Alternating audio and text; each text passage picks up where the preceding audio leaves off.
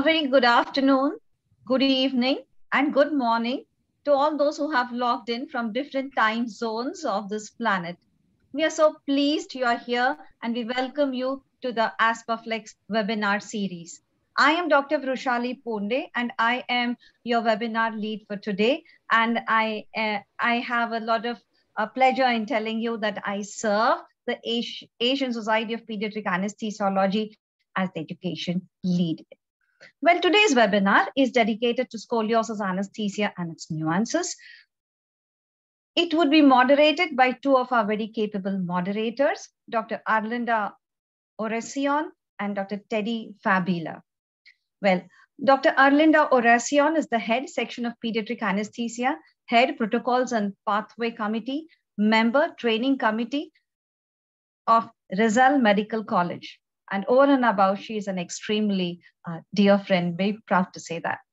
Well, Teddy Fabila is a resident physician, Department of Pediatric Anesthesia, KK Women's and Children's Hospital, visiting consultant, Pediatric Anesthesia Division, Philippines, Children's Medical Center. Well, without any further ado, I give the reins to Dr. Teddy for further steps. Thank you. Thank you very much, Dr. Vrushali, for that introduction. Before we proceed to our speakers, let me remind everyone for our house rules before we start. So we want to remind everyone that the chat and the raise hand functions are disabled. So you can send your questions or comments via Q&A section, and our moderators will highlight those questions with the appropriate speakers during a panel discussion. Some questions will be answered by text with the appropriate speaker in the Q&A section. Please key in your questions there, and all of the answers will be there as well. And for those who will be asking for a certificate of attendance, it will be automatically generated and forwarded to your email. So tomorrow there'll be a post-webinar survey. Will be forwarded to your email about 5 p.m. Singapore time. I would like to remind everyone to please key in correctly your name, your full name, and your email. Most of the problems that we encountered are attendees didn't able to receive their certificate of attendance because of wrong email. Okay, so for recording of this session, please visit our website. You can also visit our Facebook page, and lastly, our YouTube page as well. So you can follow us on YouTube. All of the recordings of our previous sessions and previous webinars are there as well. Later on, we'll be sharing some poll questions. So we invite everyone, once the poll question is launched, you'll be prompted to answer the polling questions. You have 30 seconds to respond and submit your answer. And we will share the results soon after we end the poll. So immediately after we end the poll and share the results, we want to remind everyone to you may close the poll so that you can see the slide shared by our speakers. All right, I think with these reminders, let me hand over the floor to Dr. Arlinda to introduce our first speaker. Dr. Arlinda. Thank you, Teddy. Our first speaker for today is the Director of Pediatric Orthopedics at Nanavati Max Super Specialty Hospital in Mumbai, India. He is the President of the International Society of Orthopedic Surgery and Traumatology and the Editor-in-Chief of the Journal of Pediatric Orthopedics. His interests range from the history of medicine to leadership in orthopedics. And of course, he loves music, reading, and exploration into spirituality and interaction with anesthesiologists. So may I present to you Dr. Ashok Johari with his talk on the Cinderella of orthopedics, spinal deformity, and the anesthesiologist.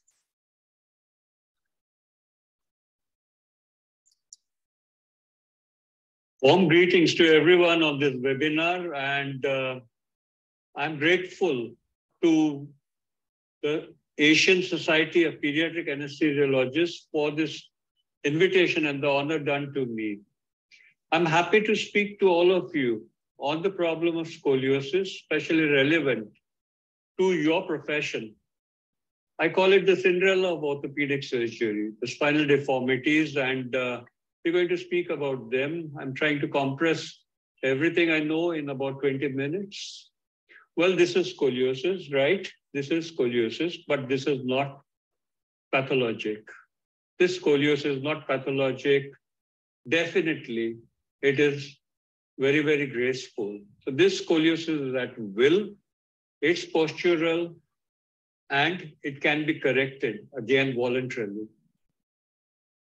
We are usually not as fortunate to be treating these forms of scoliosis. Well, we treat the pathologic ones, which actually, generally, like present at different ages, but can present very early in life, and which dreadfully increase in their magnitude, and which require surgical treatment. Well, this is the bending sort of picture of this particular girl, Maggie, who presented to me about 10.5 years of age. This was in 1914 with a progressive scoliosis. Well, that was the X-ray picture. You can see the cervicothoracic scoliosis, which is very marked, right-sided curve. And over a period of time, this increased. 2015 early, that is January 2015.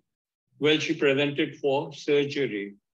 Being around 11 years of age, we went in for a magnetic growth rod, because this is a picture at the time of the surgery, the X-ray picture.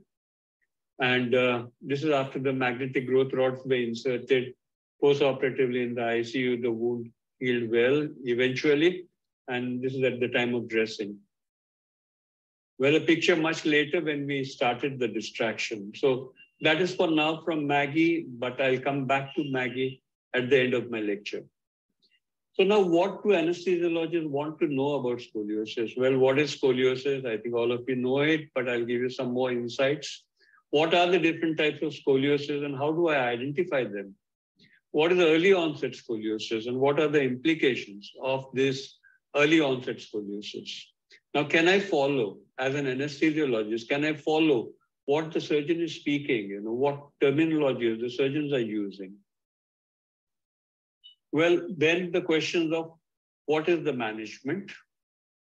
What is the surgical process? Please explain positioning, neuromonitoring, exposure, how do we do it, instrumentation, and closure. And then what are the surgical complications? Well, we start off with the early questions. What is scoliosis and what are the different types of scoliosis and how do we identify them? Well, the problem of scoliosis, spinal deformity, mortality, morbidity, or cosmetic, whatever. I mean, mortality, if you have cardiopulmonary failure, then of course these can go on to mortality. Morbidity, of course, severe deformities will always give rise to some morbidity and cosmetic problem.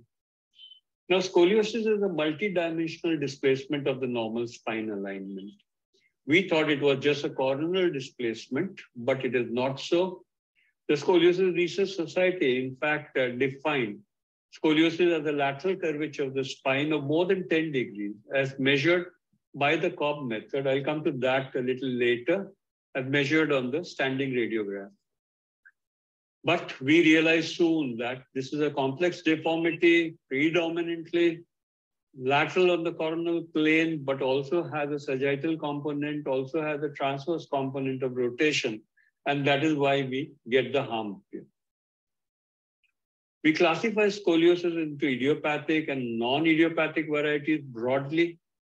In the idiopathic variety, we have the infantile, juvenile, and the adolescent variety. I'll come to that again. Non-idiopathic, we have congenital, neuromuscular, syndromic, and many other forms of non-idiopathic scoliosis. Now, this is a 9-year-old boy with a spinal deformity of scoliosis, virtually 90 degrees of curvature. This is idiopathic. We cannot determine the cause. There are no structural bony abnormalities as yet. The curve was initially flexible, has now become rigid for different reasons, but the vertebral bodies are generally of a normal shape, except for a little wedging of the vertebral body.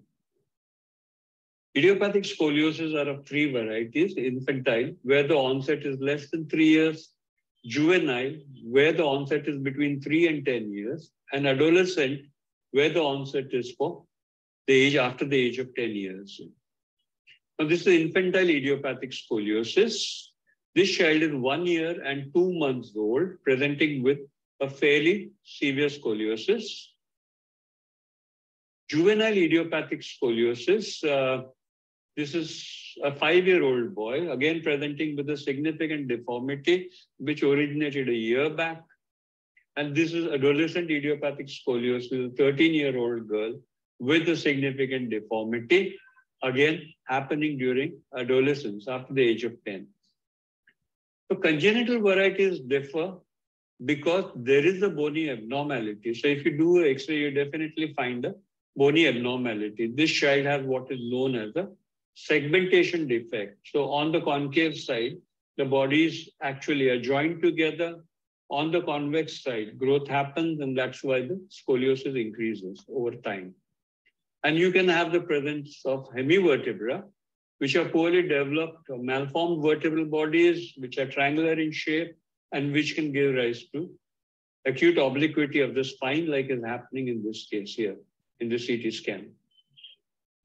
Congenital anomalies are often associated with anomalies, congenital anomalies in the other systems, like the genitourinary or cardiac systems. For example, what is known as the water association, that is vertebral, anal, tracheoesophageal, and renal anomalies, this sort of an association.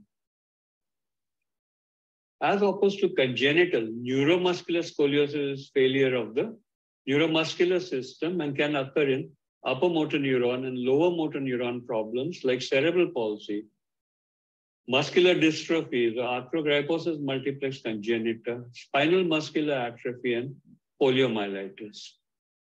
Typically, neuromuscular curves are collapsing curves. The muscle support is not there, and the spine just collapses. To keep himself upright, the child has to use his upper limbs, So upper limbs are always in use, and the upper limbs cannot be used for useful activity unless the child is supported. Also, a feature of neuromuscular curves are the pelvic obliquity. One sees that the pelvis is so obliquely placed. Most of these scoliosis will progress and relentlessly progress. This is a curve from a patient with a spinal muscular atrophy showing the severe progression which happens with age. Arthrogryposis multiplex congenita can be because of neurogenic or myogenic problems, and because of this sort of imbalance, again, you have a progressive scoliosis. Neurofibromatosis, because of the neurofibromatous changes all over the body. You can see the cafe au lait spot gives rise to a sharp angular curve. As is seen on this X-ray here, the curve is very, very sharp. The scans will show you the herniation of the rib head into the spinal canal and the penciling of the rib on the opposite side. It can be seen very, very well. Now, what are the other anesthesiologists' concerns? Well, the question of early onset scoliosis and what are the implications of early onset scoliosis. And then the terminology surgeon use, can we understand them? Well, coming to early onset scoliosis, this is scoliosis which has its origin within the first 10 years of life. So onset is early in life.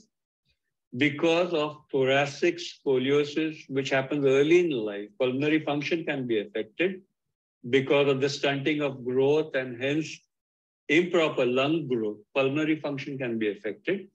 The mortality for this reason occurs earlier than the general population. The scoliosis has a varied etiology. It can be congenital, neuromuscular, idiopathic, or syndromic. Then chest wall defects may be present. We manage these by non-traditional methods. We generally will not fuse these curves. There are other methods which I may not have time much to discuss those, but important for you is that there may be coexistence syndromes and medical conditions which need to be identified, especially the cardiopulmonary system needs to be evaluated in details. Also, anomalies may be present, cardiac problems may be present, and one needs to investigate for these. Now, lung growth occurs as the child grows. As the child will grow, we'll find that the chest grows, and because the chest grows, the lung actually grow the alveoli have rapid growth in the first 8 years of life and then stabilizing. So that definitely, as a corollary to this, we should not be fusing the spine. Spinal fusion will restrict the spinal growth as well as the chest wall growth. And that is why will restrict the number of alveoli the patient has. So we need to nurture this growth during the golden phase of lung growth. And thoracic insufficiency syndrome occurs in infantile scoliosis. Because of the compression and rotation of the lung, the available space for the lung to grow is dramatically reduced. So scoliosis, what do we need to do? We talked about etiology and the natural history, the associated problems. We need to evaluate and investigate the patient, and we need to define the progression, if any, which is present. So clinically, we look at the patient from the back, site of the curve, thoracic, lumbar, where is it, cervical, cervicothoracic. The side of the curve, right-sided or left-sided, shoulder asymmetry, is one shoulder higher. Is the pelvic oblique? What about the plumb line, from the occiput to the sacrum? Is it going, the spine, is it balanced on that plumb line or is it not balanced? Then forward bending, we have the rib hump which shows up and the paraspinal lumbar bulge can be seen because of rotation of the scoliotic curve. Side bending, we look for correctability. So if you have a convexity, for example, you have a left thoracic curve, by bending on the left side, if this curve disappears or reduces, then it is a flexible curve. From front, we look for chest wall deformities, chest wall anomalies, like absent ribs. We'll evaluate neurologically the motor sensory and the reflexes. Then X-ray assessment is done. We do the standing AP view, the side bending AP views, and the lateral views, which are usually done in the supine position. MRI, if you suspect a neural problem, then MRI is necessary. And these are all part of a routine preoperative workup. On the X-ray, again, we define the location of the curve, which is the major curve, which is the primary, which is the secondary curve. What is the magnitude? We measure it by the Cobb method. I'll explain that briefly. Vertebral rotation, there are special methods to measure. This is too technical. I won't go into that. Decompensation means the spine has gone off to one side, and that's actually spoiling the spinal balance. So this is the standing AP view of the spine. Shows you a thoracic curve, which is right-sided. And we identify where this curve is from where to where. So there are compensatory zones where the curve actually, for compensation, the spine then moves on to the opposite side. So at D5, the convexity on the right side is finished and you have a convexity on the left side now.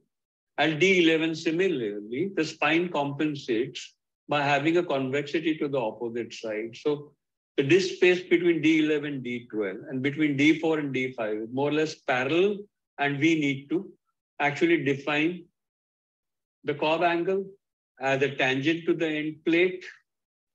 You have these tangential lines to the end plate, and then you have a 90-degree line from this end plate, upper curve, upper part of the end vertebra, that is the curve end, and the lower part of the curve. And then you draw these 90 degrees lines and measure the angle between them, and that is the Cobb angle. In the lateral view, we look for the thoracic kyphosis and the lumbar lordosis, and whether these are present or these are lost. Now here the thoracic kyphosis will become less. We call it a situation of hypokyphosis. Now, in the bending films, as I mentioned before, we look for correctability. So this child, for example, has a lumbar curve on the left. And when we bend to the left side, the lumbar curve straightens out. So this is a flexible lumbar curve. And also the same applies for the thoracic curve. By bending to the convexity, the thoracic curve reduces. So this is a very flexible spine.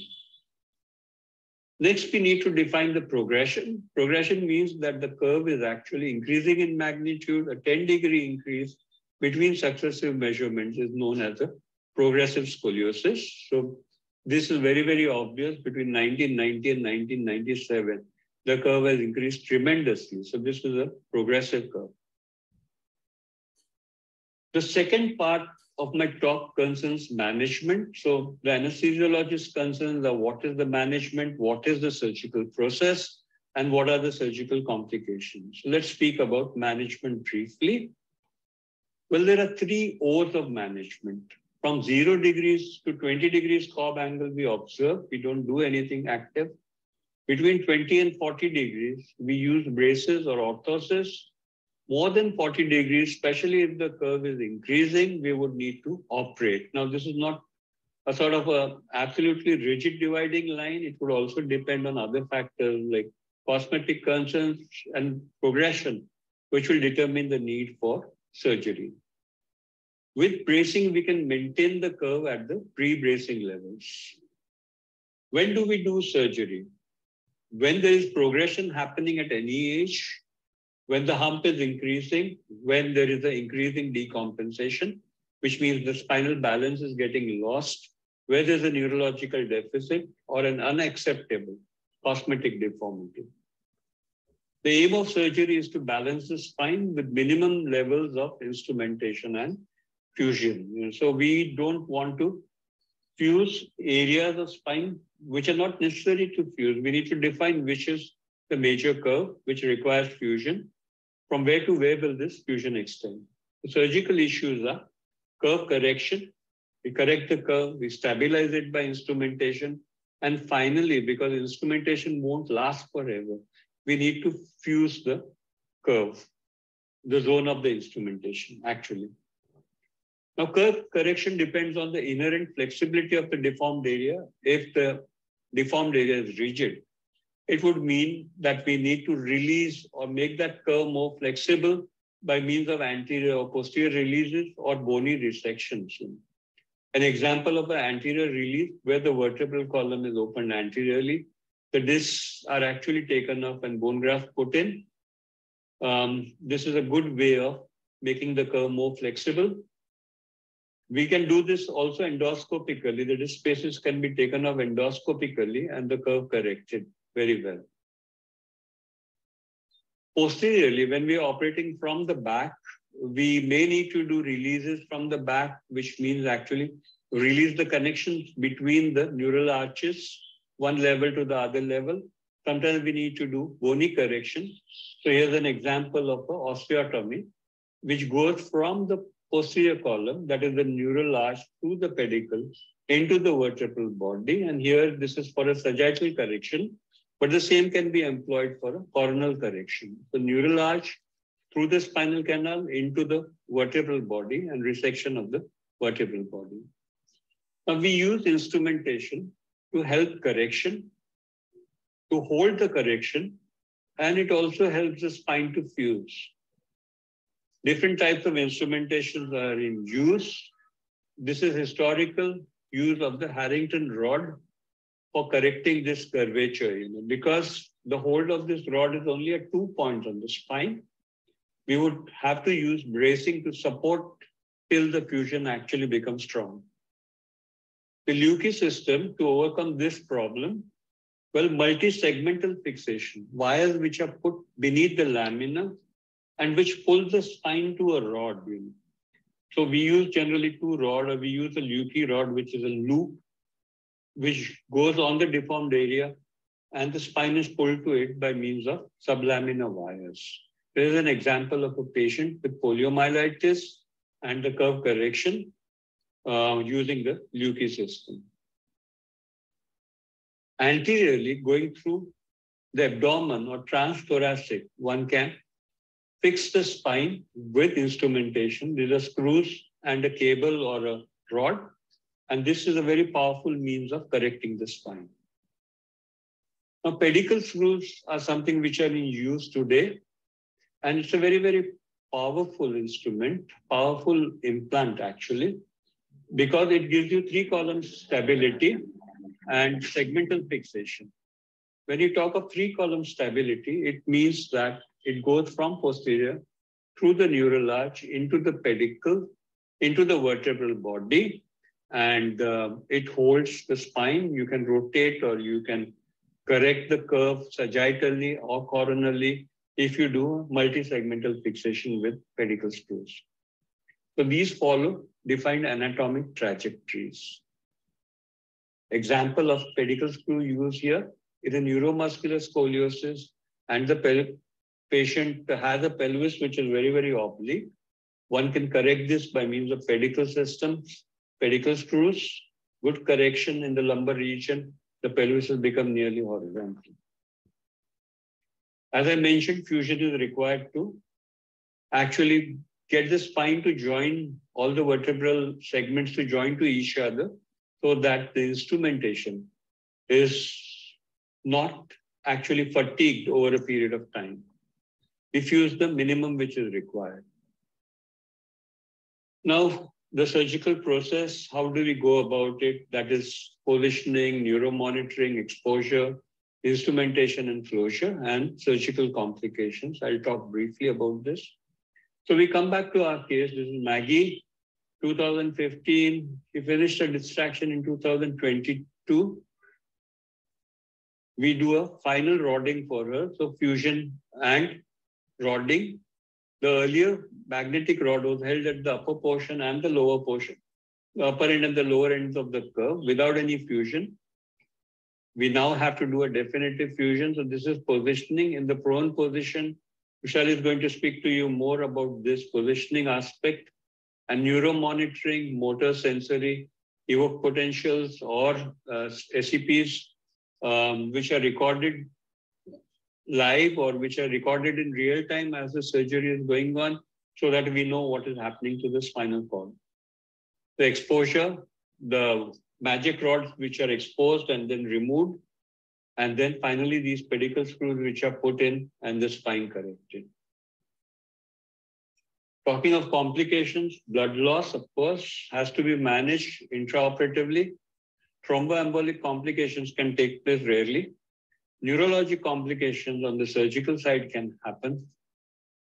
Now, if the position, prone position is not given well, there can be pressure-related problems. Sometimes visual problems also can happen. Post-operatively, there may be a failure to maintain oxygenation, and then the problems of the wound or wound infection. So I have tried to give you a glimpse of what is relevant to the anesthesiologist as far as scoliosis, particularly scoliosis is concerned, but the same applies for all sorts of spinal deformities, which are a challenge for the surgery and anesthesia teams. A basic knowledge of scoliosis will help the anesthesiologists manage better. Anesthetic implications of scoliosis are mainly cardiopulmonary. And if you manage the case well, complications are rare. In our experience, complications are rare if the management is good. So we all aim for a wonderful management, and Rushali will next speak to you on the anesthesia aspects. So thank you very much for the attention you've given me. Thank you, ASPA, for this invitation, and I look forward to discussing the subject further with you, whether in the question-answer session or on email. Even that is welcome for me. Thank you very much. Thank you. Thank you very much, Dr. Johari, for that very informative lecture. And of course, we've learned quite a number from that lecture, from the when to do the surgery and what are the indications, what are the complications and anesthesia implications and all that. And speaking of anesthesia component of the discussion, let's move on to our next speaker. Our next speaker is the webinar lead and the ASPA education lead, who opened the session earlier on. And she's also the national president and founder secretary of Academy of Regional Anesthesia in India and director of Children's Anesthesia Services in Mumbai. She's also a program head for WFSA Children Anesthesia Services and Pediatric Regional Anesthesia Fellowship in Mumbai. She's greatly involved in education, not only for ASPA, but for WFSA as well. And have some mentors. She's a mentor for regional anesthesia and pediatric regional anesthesia and postdoctoral fellowship as well. She's vested his interest in regional anesthesia, post-operative pain, pediatric anesthesia, chronic pain in kids, and of course, she loves to play the sitar. And to discuss anesthesia recipes from practical lessons learned, let's welcome back Dr. Brushali Ponde. Hi, Dr. Brushali. Hello, hi, Dr. Hello, Teddy. Hello. I understand you have some poll questions for our audience. Yeah, you want to share the poll question? This is our first question.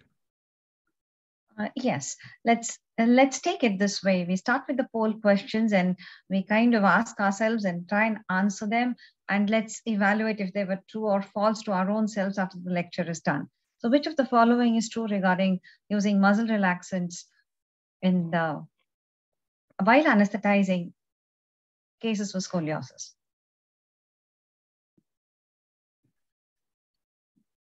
Reminder to our viewers, you have 30 seconds to answer and key in your answers. Thank you.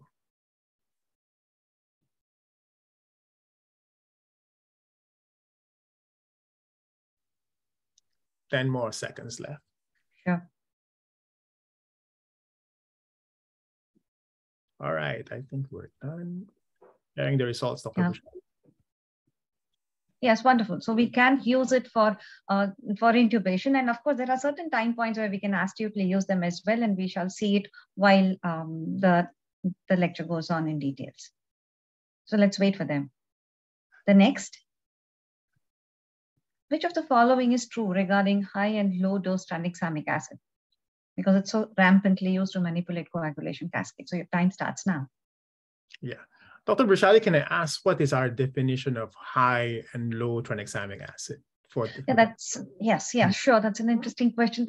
But Teddy, we very elaborately describe this while we talk of the anesthesia. But the interesting part is the high as well as the low, they both give an equal efficacy, you see. That is what the literature has finally come up with. Yeah. So let's see how it goes. Okay, we're ending the poll and sharing the results. Yeah, both are equally efficacious. So we are already speaking to a very educated audience, if you see. Yeah, that's right. Okay, our last poll question.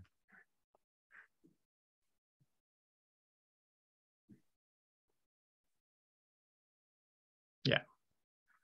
So our last poll. Yeah, invasive monitoring is a must in scoliosis surgery. So is that so? Is there any other alternatives? Is what we are trying to probe here. Yeah. Actually, it all depends upon the resource as well. If you are in a situation where resources are rampant, then of course, neurophysiological monitoring goes without saying. But there were days when we didn't have them and we did without them as well. Okay. Ending the poll now, sharing the results. Oh, it's a 50-50. Wonderful. Okay. All right. I think we can carry on with your talk. Thank you very much, Dr. Brushali. Thanks.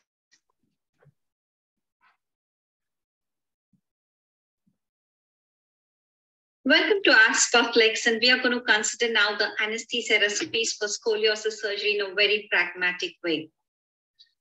You know, I love Cinderella dances because they depict a lot of coordination, a lot of smooth flow and ease, as it were.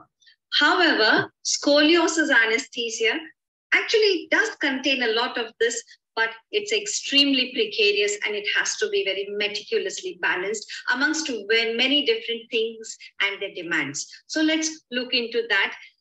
Cases can present us in many phases, but let's pick up that one quintessential case and build up the entire story around it. So Maggie is 18 years old. She is 53 kilograms, a known case of idiopathic upper dorsal scoliosis posted for magic rod removal and spinal fusion. Well, the learning objectives through this for the next 20 minutes to go is going to be how, what, when, and why of the following points, which is pre-op evaluation and NVM instructions, pre-medication, induction, maintenance, and neurophysiological monitoring and their requirements, blood loss and manipulation of coagulation cascades, and reversal, the IPICU shifting, and follow-up until discharge. Well, pre-op evaluation consists of many aspects. First is history. This is an opportunity for us to know them a little more further to understand what exactly their concerns are. So this is a time point where we understand and we are understood as well, and empathy very naturally can flow here. From history, we go to clinical assessment, which gives us the clue of how precarious the situation is, what all more investigations are required, and we make sure that once we have all this in hand, we ask for more if we need and plan it very properly so that things are very smooth for us. Coming to history, medical history and comorbidities go hand in hand, surgical history and family history. For scoliosis, if there are 3 points which really matter the most in history are as follows. First, ask them about their effort tolerance.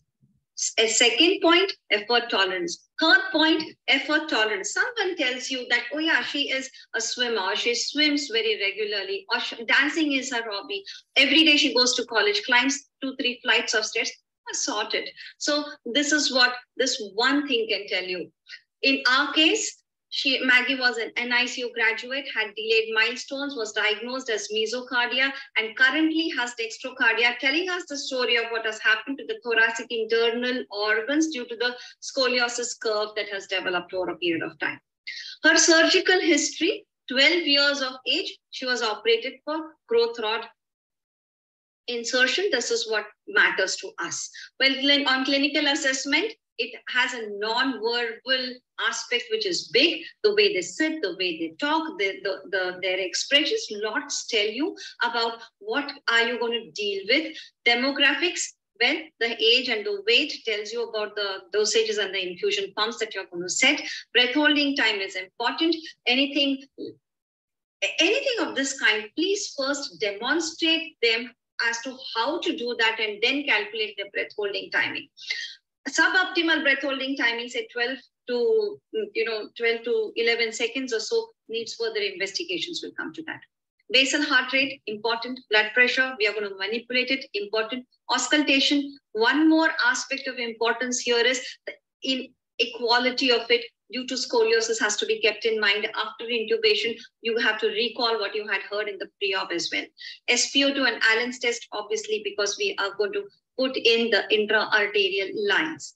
These are the usual labs that we ask for and the investigations, but the additional investigations need to be thought of. Let's see how. There are PFTs and ECOs and ABGs, but are they mandatory? Well, yes, in thoracic curves, limited effort tolerance and ECO, go ahead if there is a history of congenital heart disease and limited effort tolerance. Pulmonary function test give us a lot of information. Usually in these scenarios, it is going to be a restrictive pattern, which we can't do much about it. But over and above, if there is any reversible pattern, then definitely a pre-op nebulization is going to ease out a lot of things. These were her labs, which are pretty much normal. Nil by mouth status, we are pretty vociferous as to they don't fast much, in the sense they do consume clear juices and liquids until 2 hours of surgery, because we do not want a dry patient on table, and we do follow restrictive fluid management, and hence a fine-tuning is required here. Pre-op optimization, say by gabapentin, or nebulization, as we just said, gabapentin 2-3 days prior to the surgery, 1 day before the surgery, maybe a small dose of tranquilizer before she goes to sleep would be a good idea. Now, share your plans, say for sure, prolonged surgery, expected blood transfusion, expected post-operative ventilation. You may or may not, but post-operative ventilation may be a consequence and may not be something sinister if they go on ventilator. Then change in appearance of the face, say a bit of edema here and there in a jugular line. They may just get appalled looking at all that. At the same time, don't paint a very gory picture in front of them. This is a good time point to tell them about the wake-up test, if that is what you are going to follow in the operation theater as well. And make sure that the patient really understands what the wake-up test is and is not scared because of that. Visit on the day of the surgery really nails it. You can flow a lot of positivity here and once again assure them that things are going to be good and at least they are going to be comfortable for sure. Well, pre-medication, IV, if you have, then we could give midazolam even before shifting the patient. In her case, we didn't have an IV. She insisted she doesn't want an IV. And then we had a sevoflurane induction on her as per her choice. So anesthesia induction is first preparation of the whole operating room. It is like holding an orchestra. Each equipment, each instrument is placed in its own particular area, and then there are people who are going to handle it in a particular way that you want them to. And you are the conductor of the whole thing. So actually, it's going to be fun.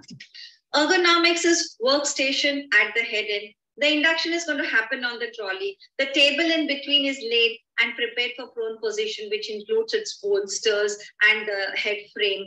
Well, as one important point to be considered is from the work anesthesia station till the trolley, the circuit has to be of adequate length so that it really reaches the patient.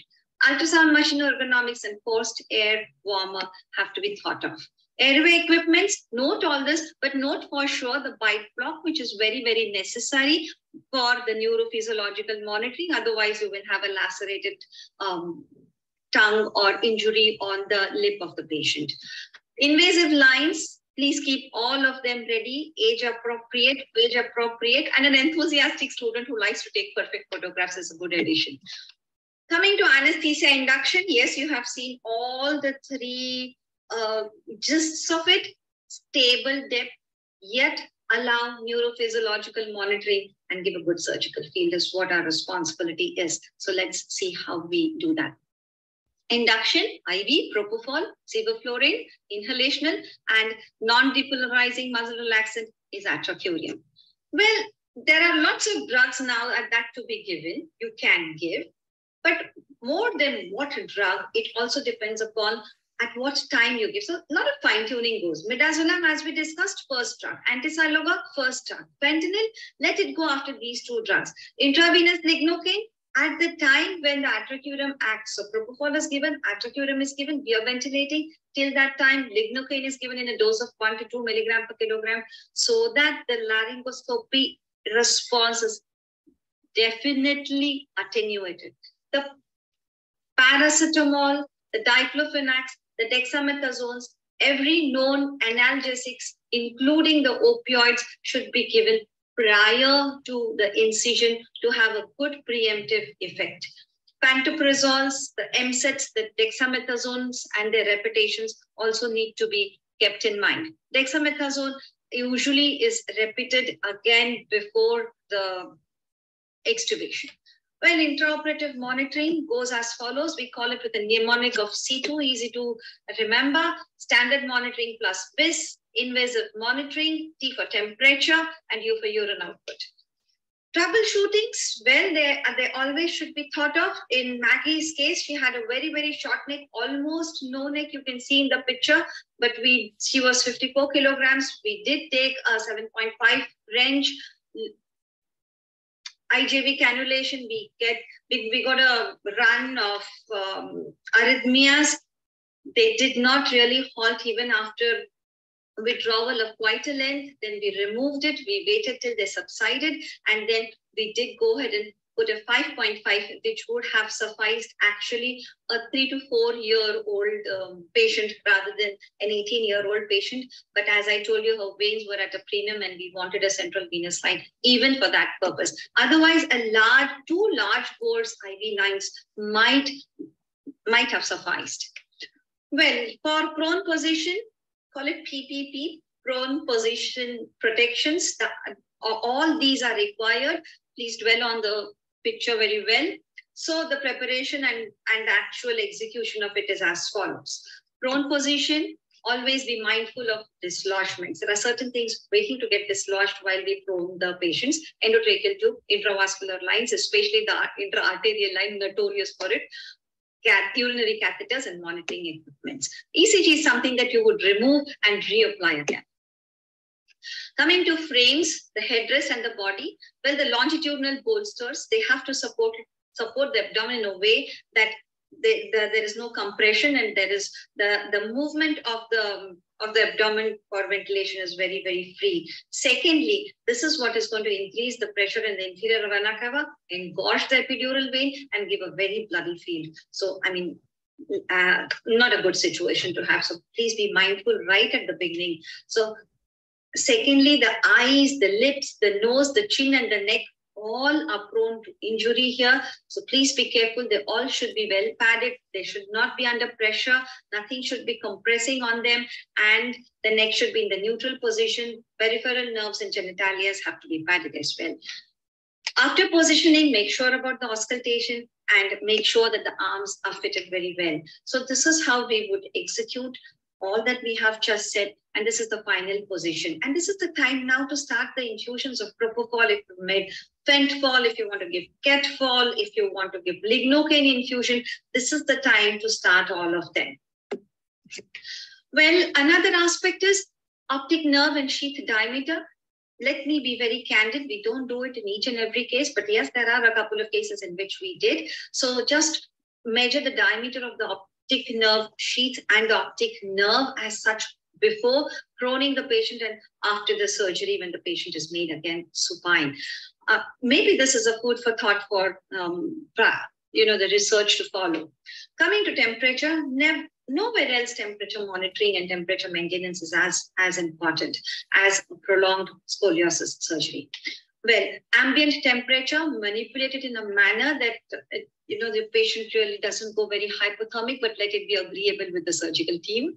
Wound washes with normal saline. It also keeps up the platelet functions. Hot lines, preferably, they should be in the central venous lines so that the core temperature doesn't drop down. For the peripheral ones, especially the hands on which our SpO2 monitorings are going to go, keep them warm with these kind of warm normal saline or any warmed bottles. Warmed, I didn't say hot, so that you always don't lose your SpO2 reading and also have a good warm extremity.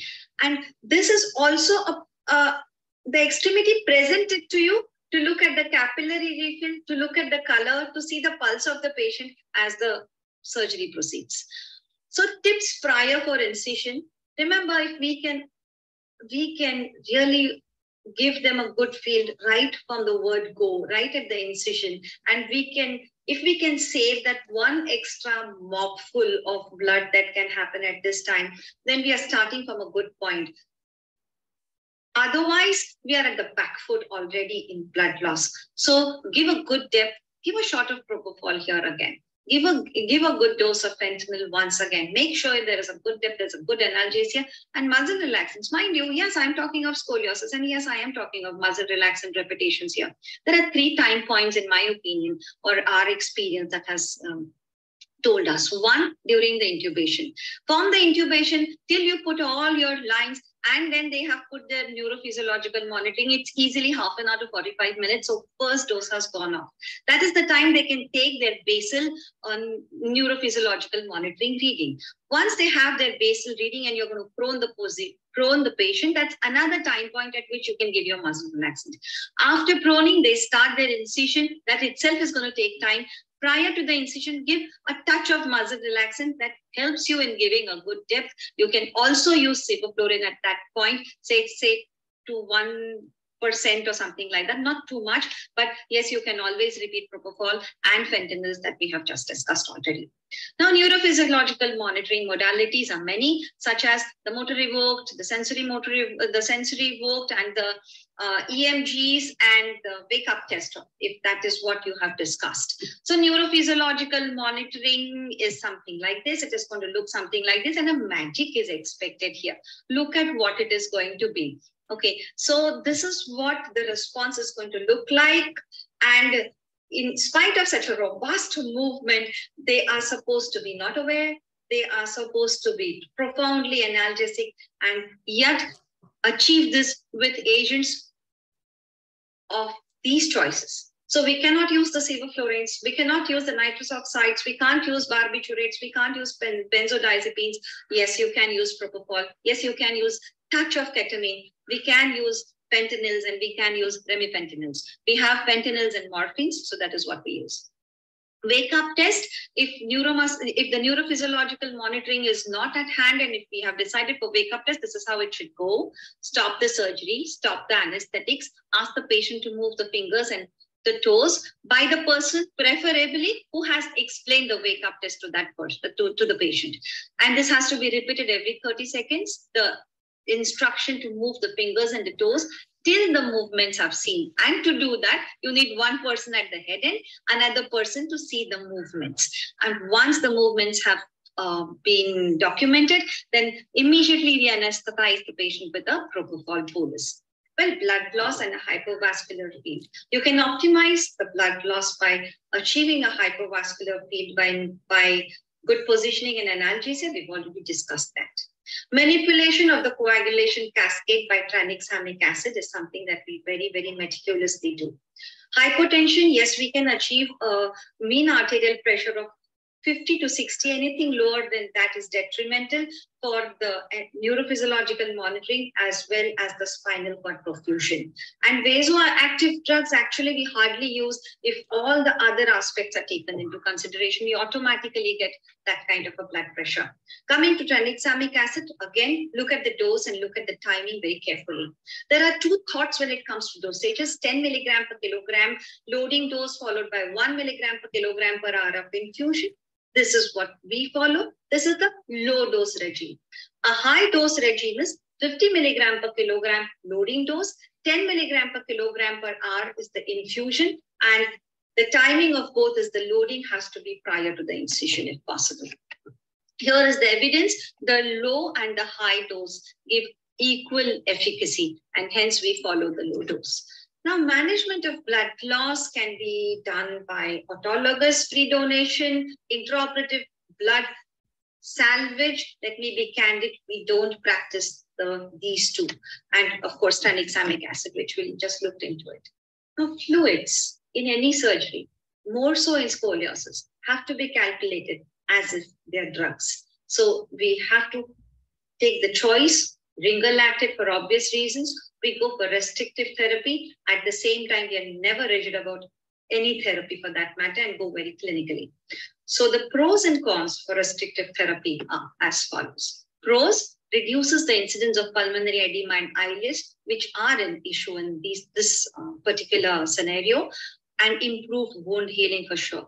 The cons is, always keep in mind, hypovolemia and hypoperfusion. So here is the clinical acumen that comes from using it. So have your blood pressure, the intraarterial pressure, and the urine output, and you know where we are going. So a goal-directed fluid therapy finally is a balanced approach. Epidural catheters can be inserted by the surgeons. Yes, we do encourage them to do that because it helps a lot in the post-operative pain management. I guess zero pain should never be promised, but a comfortable score of say 3 on 10 should be achievable, and I'm sure Jenny is going to look into that very deeply. So I'm not going to touch that, but this is what is an intraoperative procedure that can be done. Well, now comes the point where we need to reverse, and for that we need to have the patient back turned into supine. There are certain changes that happen here. Now here the atmosphere is okay, the surgery is over. So the enthusiasm is going to be less. The surgical team is probably not going to be around because they've operated for a long time and gone out. Make sure that you have your surgical colleague, that you have your OT assistants, that you have all the help that you require. Do not accept anything other than this before turning, because it is as crucial as the first step, which was proning. Whether to reverse, extubate, and then send to PICU or go for elective ventilation is a team decision that comes from the blood loss, the preoperative status, the pain management status, and the facility that you have for the PICUs. So it's a team decision. So what we do is 45 minutes to 1 hour stop all the infusions. If I have to extubate the patient, we usually extubate our patients. Keep the fentanyl patches ready and keep the pain prescriptions fine-tuned and understood by the PICU, and speak to the PICU prior to whatever decisions you take and keep them abreast with your thoughts. So these are the thoughts towards extubation. If this is what you are going to follow, then keep this in mind. If you extubate, neurological assessment is enabled. Early fast-track recovery is on the way. General well-being, because your patient is not on a ventilator, they have a full control over their analgesia, they can report, and they can be fed early. Well, for that, we need immaculate pain optimization, volume and temperature optimization, metabolic acidosis, which could be due to, say, hypovolemia or hypothermia needs to be corrected, and a very good team coordination. An immaculate one is required. Having said this, certain complications need to be kept in mind. I've already discussed most, so this is one slide that you need to contemplate upon. The best lessons are learned in the follow-up visits, such as how much was the PONV? What else could you do for your next case?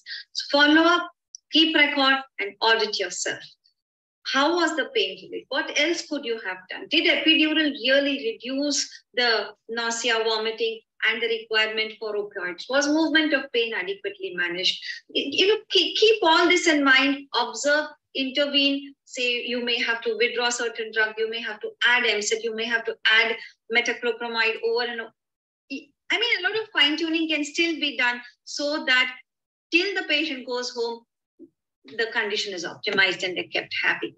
So thank you once again for listening, and keep attending ASPA-FLEX, and we would love to hear feedbacks from you. Thank you so much for being here.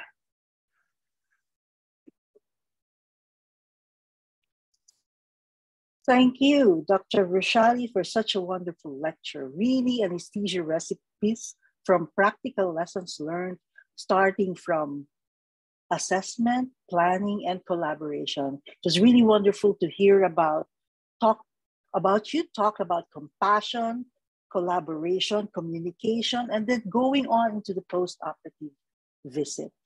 Thank you very much for that wonderful lecture. So, ladies and gentlemen, let us proceed. I'd like to introduce you now to a clinical associate professor, director of Pediatric Anesthesia Resource Center at the Department of Anesthesiology, Perioperative and Pain, Stanford University School of Medicine, who is also holding various committee positions in several international societies. Her interests include pediatric anesthesia and pediatric pain, ranging from optimization perioperatively to working collaboratively with her other colleagues. So may I now present to you Dr. Genevieve de Souza to talk on pain-free spine surgery. Is it achievable? Go ahead, please. Thank you, Dr. Linda. Thank you so much for that kind introduction. Thank you to the committee for inviting me today. And we'll go to my poll questions today. So for my first poll question, I would like to introduce the idea of perioperative surgical home. And I would like to see if it's a single choice, is a fancy name for enhanced recovery after anesthesia, is inclusive of patient pre-education, plus enhanced recovery after anesthesia, plus patient/team-based coordinated care, or the last option is a post-operative recovery home for patients to complete their rehab. Please go ahead and select your answer.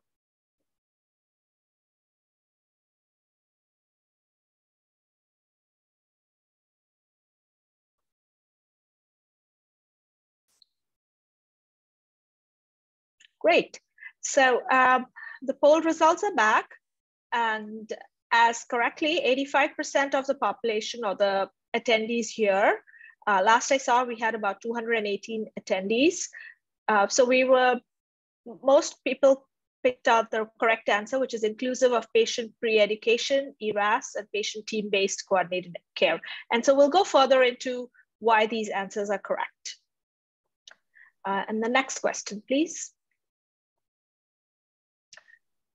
What are the key factors for prolonged post-operative care in healthy young adolescents after scoliosis? And this is multiple choice. It's a degree of curvature of the spine, preoperative anxiety, or the use of pain medications prior to surgery, including opioids.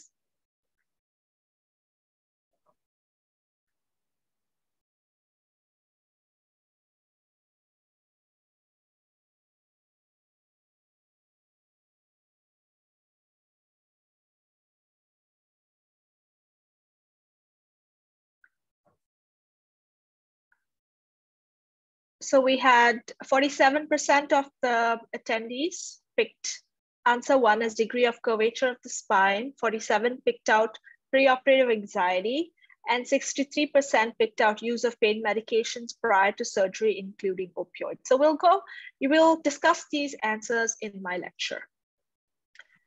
We will now go into a recording of my lecture. Thank you. Welcome and thank you. It gives me great pleasure.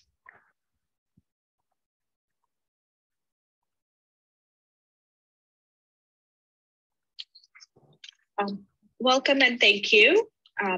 It gives me great pleasure to start today to talk about pain-free spine surgery and is it achievable?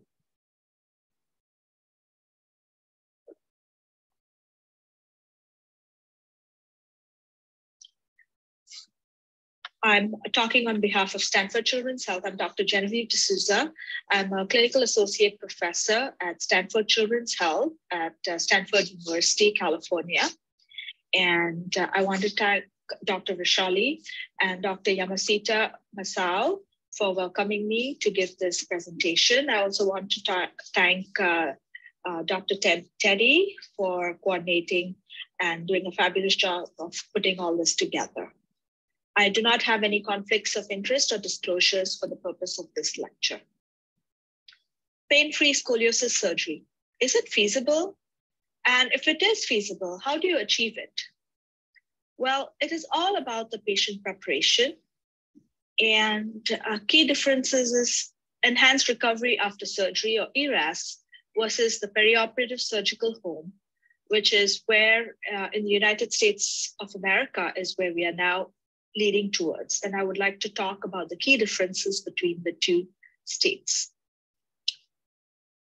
Enhanced recovery after surgery includes some amount of preoperative patient education, but a lot of work goes after surgery where you optimize analgesia, you limit fluid intake, and you limit the amount of time the patient spends in the hospital to let the patient go home in a fastidious manner. Versus perioperative surgical home is a patient-centered and physician-led, multidisciplinary and team-based approach, where a whole team gets together, including a hospitalist or an internal medicine doctor, a pain medicine team, the surgeons, the orthopedist, everybody gets together to coordinate care for this complicated young individual to make the surgical experience as seamless as possible for the decision, for the need of this invasive procedure from discharge and beyond. And the whole goal is for standardization of peri-op care to reduce errors that arise from inconsistency of care. It includes patient education, there is shared decision-making, there is a customized recovery plan, and there is performance targets. For example, there is a whole care plan that is made, which is the same standardized plan for every patient that is followed. And all the teams get together and discuss each and every patient, and we follow the same plans for every patient. So there's some amount of prehab where if the patient is anemic, the anesthesiologist will make sure that these patients are now tanked up and brought up to the optimal so they can now tolerate the surgery better. They do have this enhanced recovery after surgery plans. So we limit blood loss. We do everything possible to have limit amount of blood loss in surgery. We have an analgesic plan for the surgery. And then after surgery, there's patient and team-based coordinated care. So there's team-based rounds every day, which includes the pain team, the orthopedic team, and a hospitalist team every day. So we can optimize care for this patient with a goal of having this patient leave the hospital as pain-free as possible by 3 or 4 days, as far as possible within 2 or 3 days. And this is the future. There are multiple studies that talk about perioperative surgical home by Zeev Kane and Helmut Kellett, which have talked about perioperative surgical home as being the future model for perioperative surgical care. And does this work? Well, in retrospective analysis, Gadia et al. Have proved that the length of stay has reduced, which we have seen in our own hospital data, where length of stay has reduced from 5.7 days to 4 days without a significant increase in readmission rates, which is the key. And the use of these protocols has resulted in a 33% reduction in room charges and 11% reduction in therapy charges versus a traditional approach.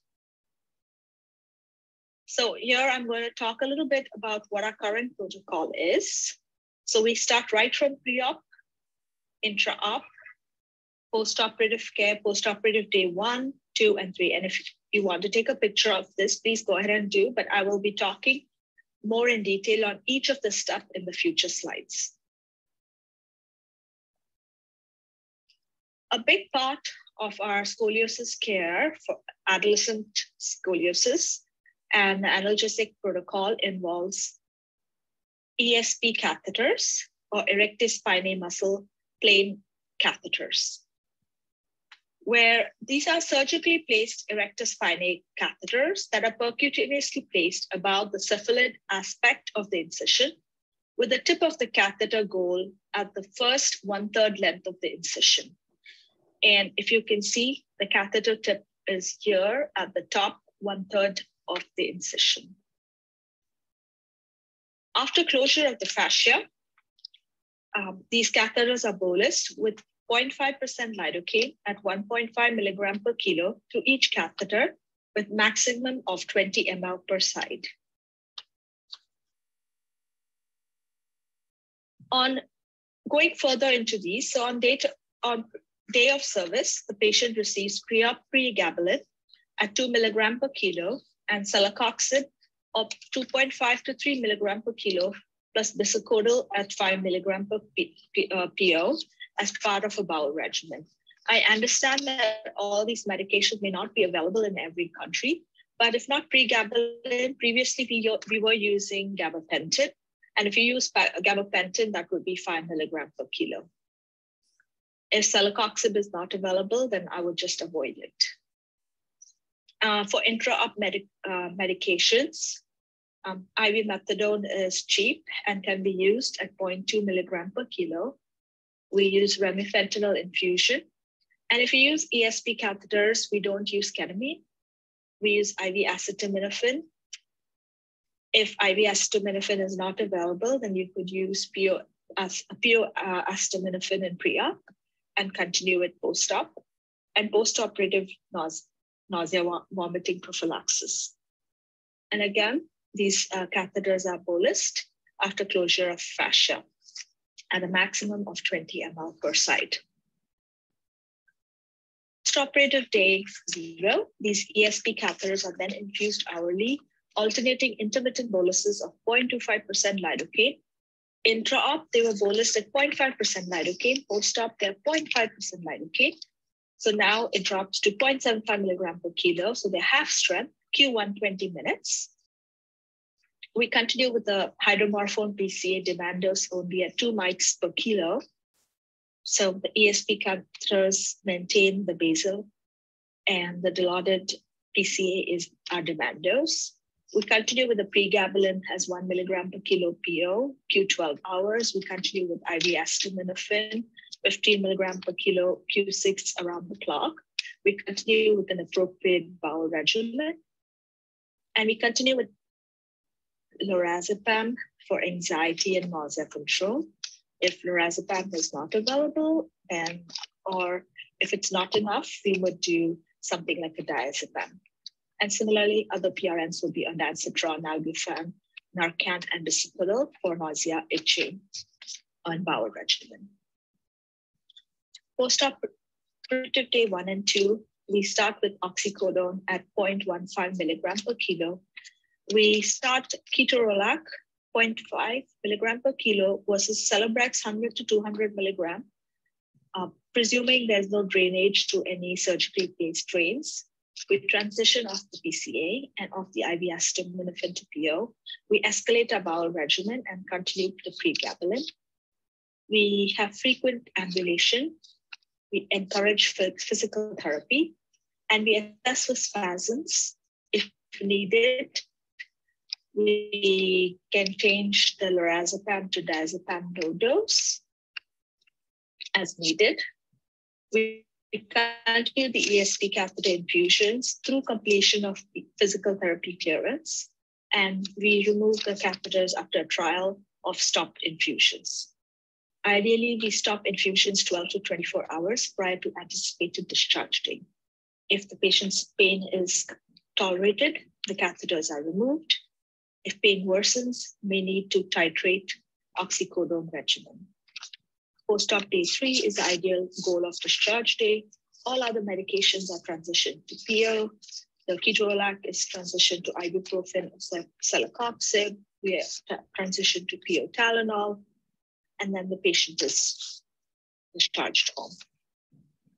And this is a quick metric of our clinical effectiveness target-based care, and shows from when we started our surgical home-based care of 9/18/2017 to 6/6/2022.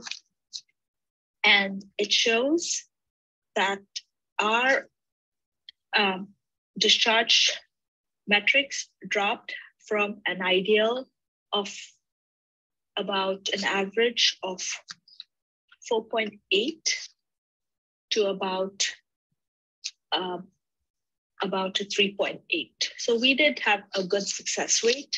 Our length of stay definitely decreased with comfortable pain scores, and we didn't have any bounce backs from following these perioperative surgical home models. We send patients home with post-op prescriptions for 7 to 10 days, after which they're able to transition to other over-the-counter pain medications like acetaminophen and ibuprofen. At the 4-week follow-up with the surgeon, most patients are on as-needed pain medications, just as needed for function. And this study by Bailey Christin on behalf of the Porsche study group. And the Porsche study is a post-operative recovery following spinal correction from experience that was done in 2021, has 3 trajectories of pain, where there's a moderate pain, patient presenting with a moderate pain at the time of surgery, with some showing incomplete resolution at 1 year. There are a majority patients who present with moderate pain with good resolution, and a bigger number with mild pain at presentation who have good resolution at 1 year. Now, then why do these patients with moderate pain have incomplete resolution? The N of 26, why do they have incomplete resolution? Well, the median pain score after surgery was 5 out of 10. At 6 weeks, it was 1 out of 10, and it was maintained at less than 1 out of 10 by 3 to 12 months post-op for adolescent idiopathic spine.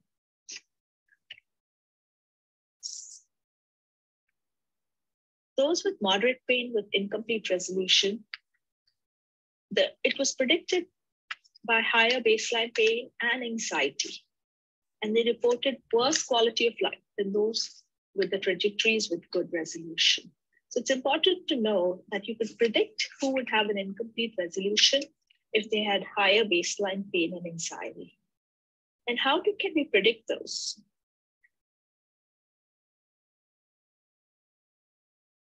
The whole goal of the perioperative surgical home is coordinated care again, with the decision-making for the need of an invasive procedure to discharge and beyond.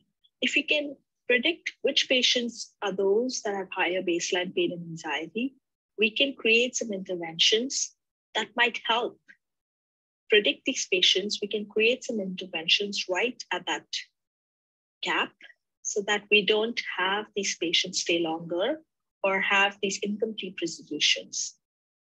So this is what we do in our institution. We have pre-op pain surveys This is called the pain square. And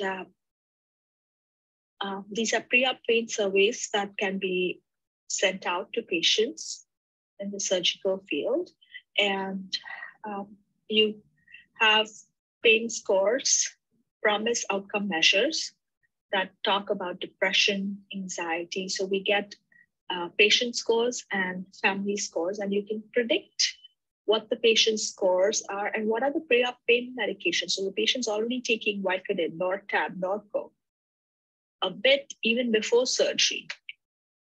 This is not a typical spine patient. The squire is from our pain clinic. I'm sorry, it's not from a scoliosis patient. But like you can see, pain surveys are available. There are similar pain surveys available that can capture these pre-op patients that have high anxiety. And using these surveys, we can then use these patients to engage with the psychologist to get their anxiety under control. So we can then have a better resolution of their pain afterwards. Acupuncture. Is there a role for acupuncture for these patients? Yes. When these patients with higher pain scores, even acupuncture, whether preoperative, intraoperative, or post-operative, can help be calming. This is a picture of my own dog who has received acupuncture just around fireworks, and that helps him calm down so he can watch 4th of July fireworks. If dogs can get acupuncture, adolescent children can get acupuncture easily to help calm the anxiety down around the surgical times. Now, options for drug shortages, supply chain issues, patient drug allergies, or unique patient conditions. In the past 2 years during COVID, even we've had unique situations where we've run out of IV hydromorphone, we've run out of IV methadone, we've run out of IV remifentanil, and we've had to change our methods. And during those times, we can change. You can use other medications like IV ketamine, intrathecal morphine, IV lidocaine, IV morphine, intrathecal morphine, epidural trials, IV magnesium, SNOL. All these medications are all acceptable. And ultimately, it's the multidisciplinary, it's more about multimodal medications that is the key to help with analgesic management of spine patients. Thank you so much. And if you have any questions, feel free to reach out to me. My email is gdesouza@stanford.edu. Thank you. Thank you very much, Dr. Jenny, for that very informative talk regarding what are the techniques that we can use to achieve a spine surgery, a pain-free spine surgery. Thank you very much. And also for introducing to us the Preoperative Surgical Home, which is a patient-centered, team-based management for our coordinated management for all our patients. Our next speaker is actually plays a vital role in ensuring early recovery for our post-spine surgery patient. She's a physiotherapist in KK Women's and Children's Hospital and a clinical educator for SIT physiotherapy. She is best interest for pediatric orthopedic conditions and physiotherapy scoliosis specific exercises, and is Scotch certified as well. So let's welcome Ms. Cheryl Long. She discussed that towards early recovery, the role of physiotherapy after spine surgery. Hi, Cheryl. Hi, good afternoon. Hi, good afternoon. Thank you, Teddy, and everyone for having me here today. Yeah, so before my presentation, so let's have a poll about the role of physiotherapy in the recovery journey of a patient with spinal fusion. So the options are, first of all, to administer painkillers, secondly, to change wound dressings, or do you think thirdly, it is to assist with mobility and early rehab, or lastly, to ensure that the patient is eating a balanced diet pre and post-op. So what might be the role of physiotherapy? So please vote and we can have a general idea of what everyone might think.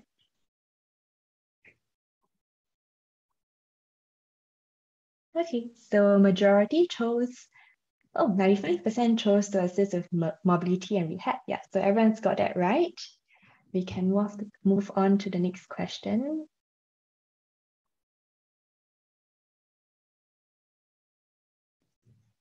So within how many days post-op is a patient expected to ambulate independently at home after a spinal fusion surgery?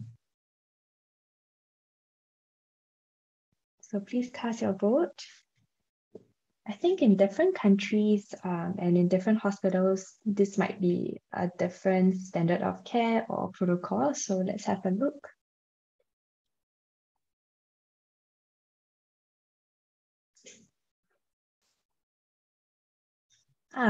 Okay, so the results showed that half of you voted for 5 days and the other half was between 10 days to 2 weeks. Okay, yeah, so in Singapore, the answer is also 5 days. We expect mobility to return within 5 days, and I'll elaborate more during my presentation. So without further ado, I will move on to start my presentation.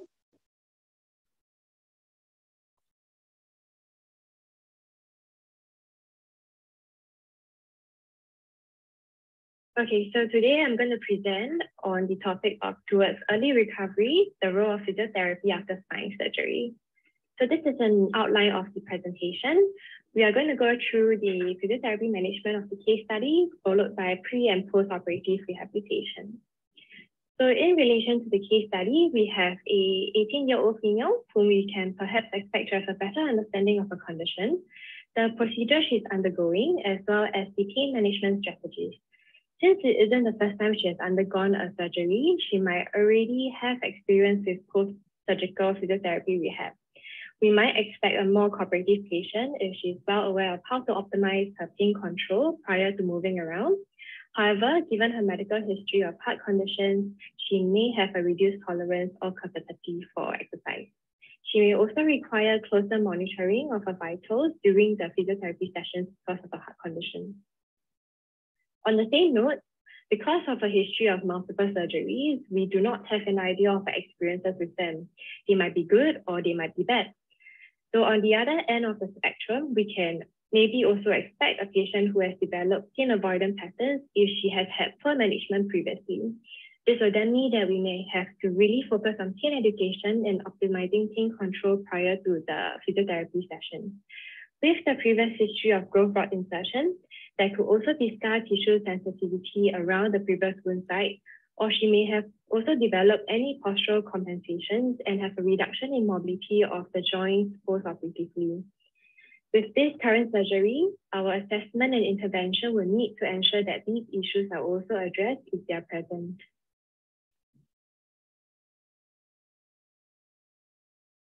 On her X-ray, we can observe a loss of lumbar lordosis on the sagittal plane, as well as a typical pelvic shift for her curvature. Since we have no information about whether she has an ongoing pain related to her back condition, we would assume that she does not have one. But posture-wise, she definitely has areas to improve on, such as that flat back and forward hip presentation. These, coupled with what she's going through medically, are risk factors for developing musculoskeletal pain. A rib cage deformity is present together with reduced chest extension, and this will need to be addressed with a lot of lung expansion exercises post-operatively to also reduce hospital-acquired chest infection. So in KK Hospital, physiotherapy plays a very big role in the management of our patients with scoliosis. This is a brief run-through of what we would usually offer. The role of physiotherapy in treating children with scoliosis is firstly to educate parents and child on the condition.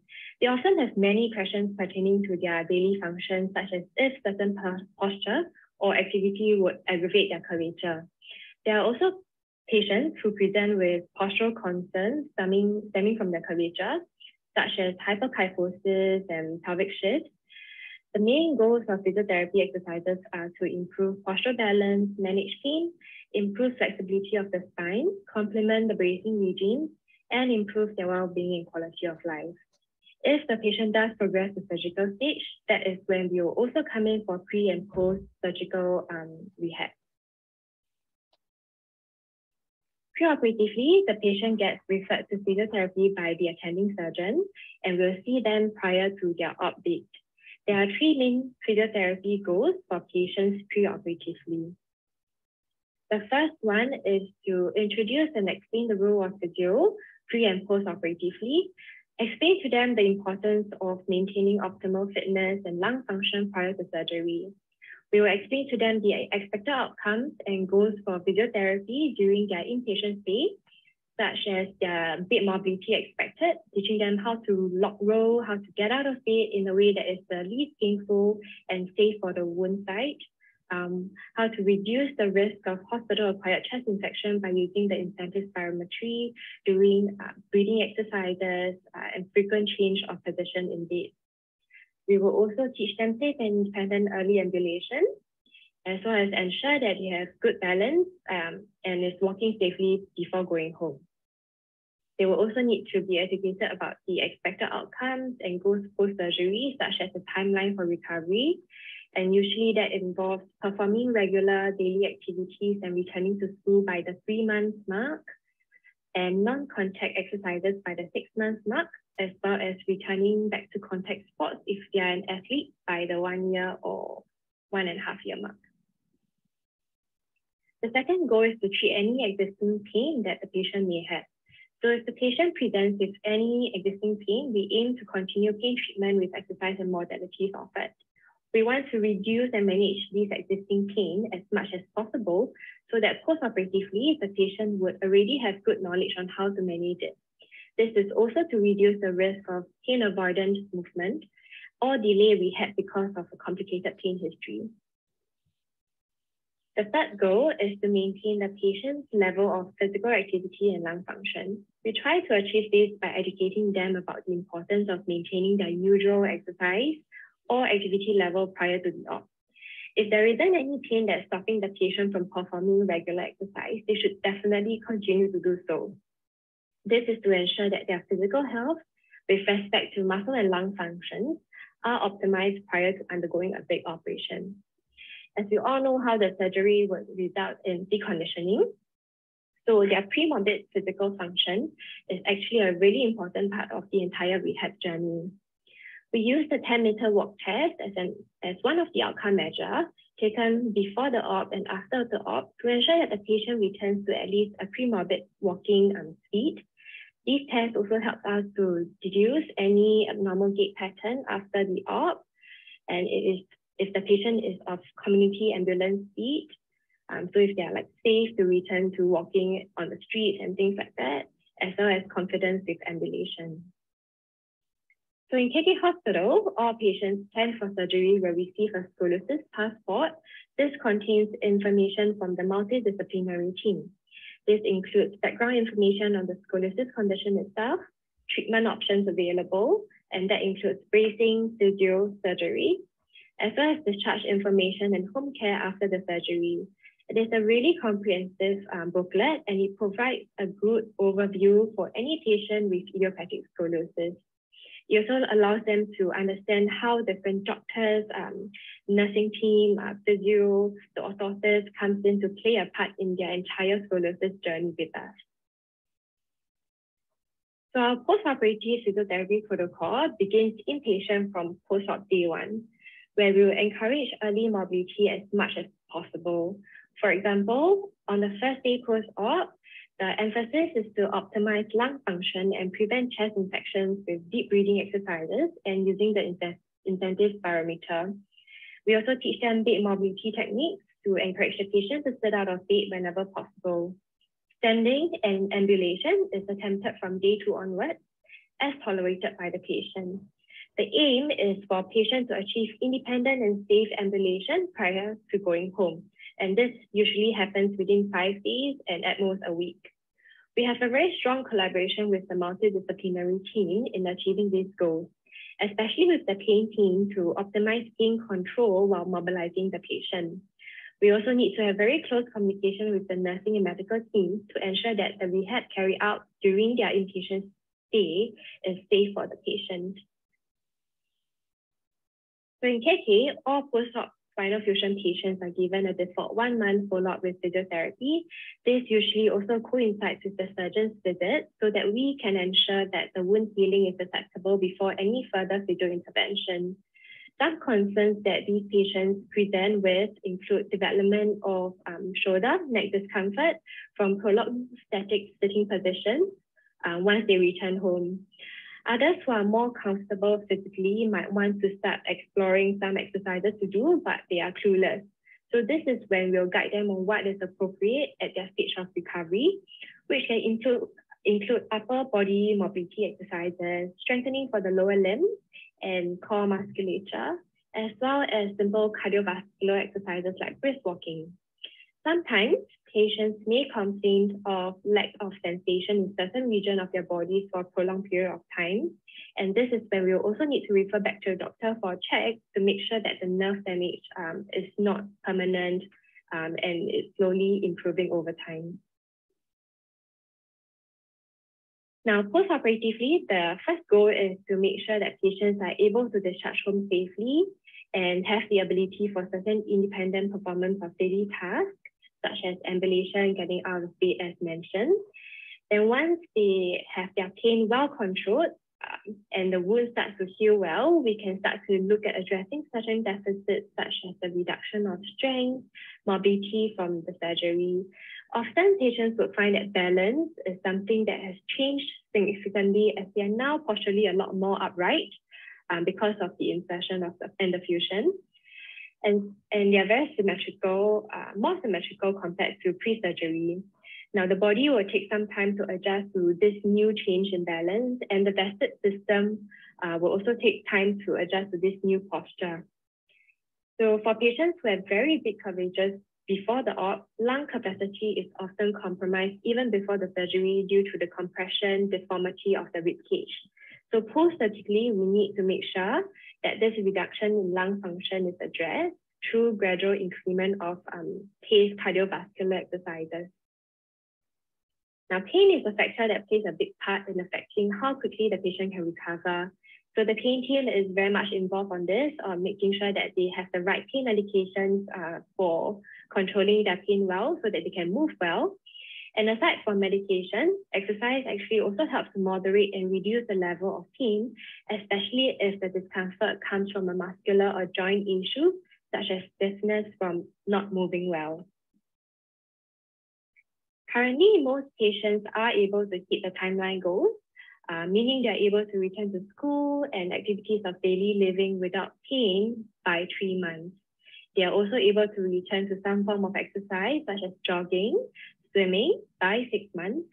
We would make sure that, first of all post-op discomfort and pain are addressed as soon as possible, and that usually helps to ease their fear of movement and allow for easier transition back to normal routines in their life.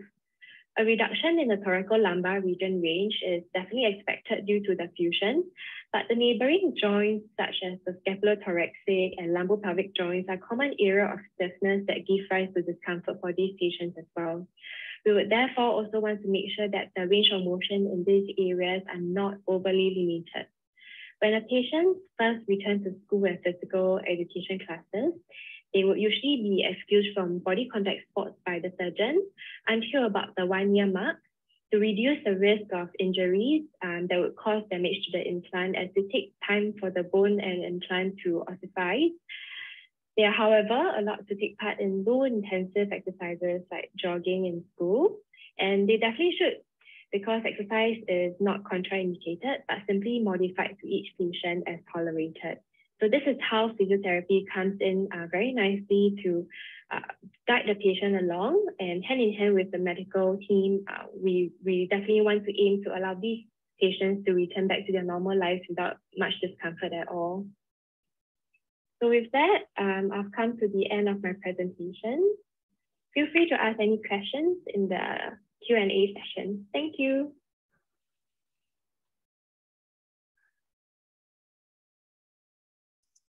Thank you, Cheryl, for such a wonderful presentation. I really love it that you had discussed everything, especially about education and telling our patients what to do. But the most significant, I think, was the managing of the expectations so that the patients know what to expect when they go into physiotherapy. And of course, the collaboration. Thank you very much. And now, Teddy, let's proceed to our Q&A session. Okay, so go ahead, Teddy. Yeah, I think Dr. Johari is here. Can I invite all of our speakers to share their slides so that we can see, share your video so you can see everyone. And then I think we have some poll questions for from Dr. Johari. Yeah. Hi, Dr. Johari. Good afternoon. Hi, hello, everyone. Joining us.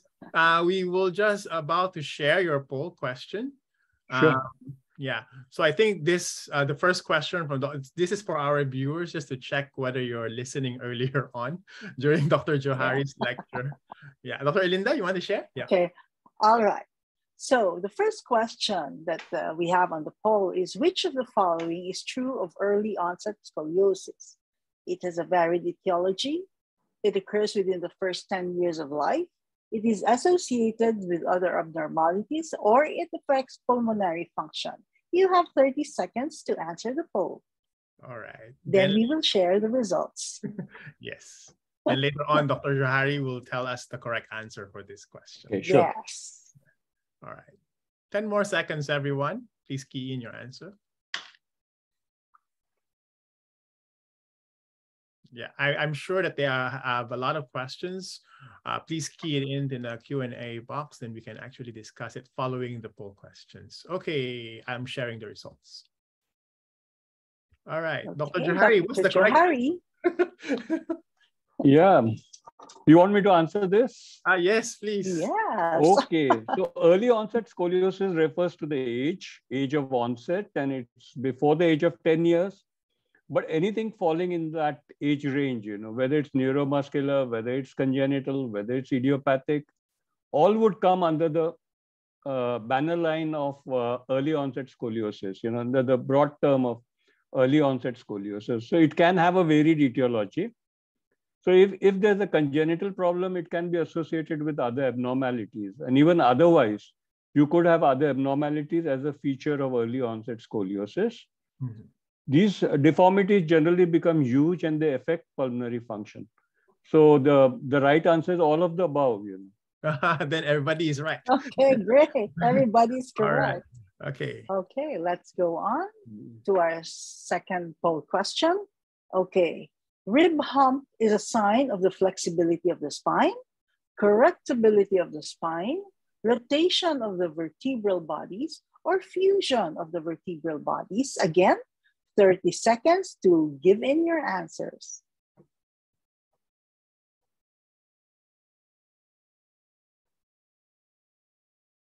Ten more seconds, everyone. Please key in your answers. Thank you.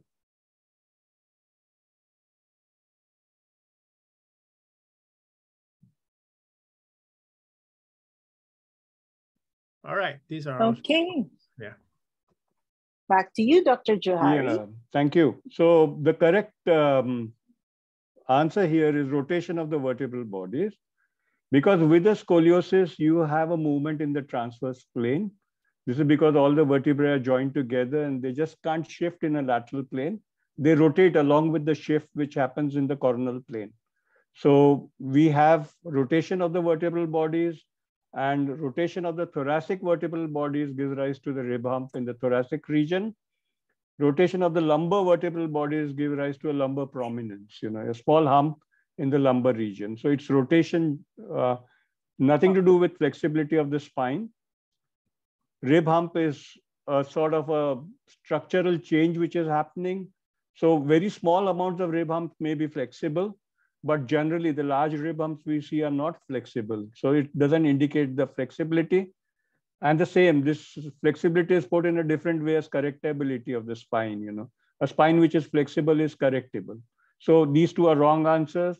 And fusion of the vertebral bodies, you can fuse the vertebral bodies. That is what we do in scoliosis surgery, you know. Most of the times we have to fuse the vertebral bodies unless you're doing a growth rod, you know. But there is no associated rotation, you know. So Fusion of the vertebral bodies is just a process of joining the vertebral bodies together. It has nothing to do with the movement in the transverse plane, which is rotation. So it has nothing to do with the rib hump.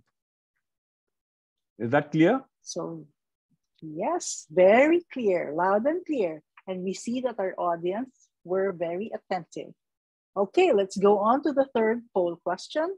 The aim of surgery for scoliosis is complete straightening of the back, get some correction, balance the spine with maximum correction, or maximum fusion of the spine. 30 seconds for your answers, please.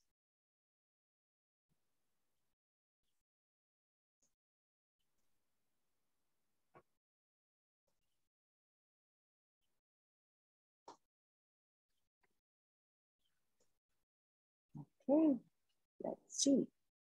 Okay, Dr. Yes, Johari. I must commend everyone for getting the right answer. So it is never our aim to never aim for a complete straightening of the back. That is not possible, and that can be very, very risky in many situations. We never do that.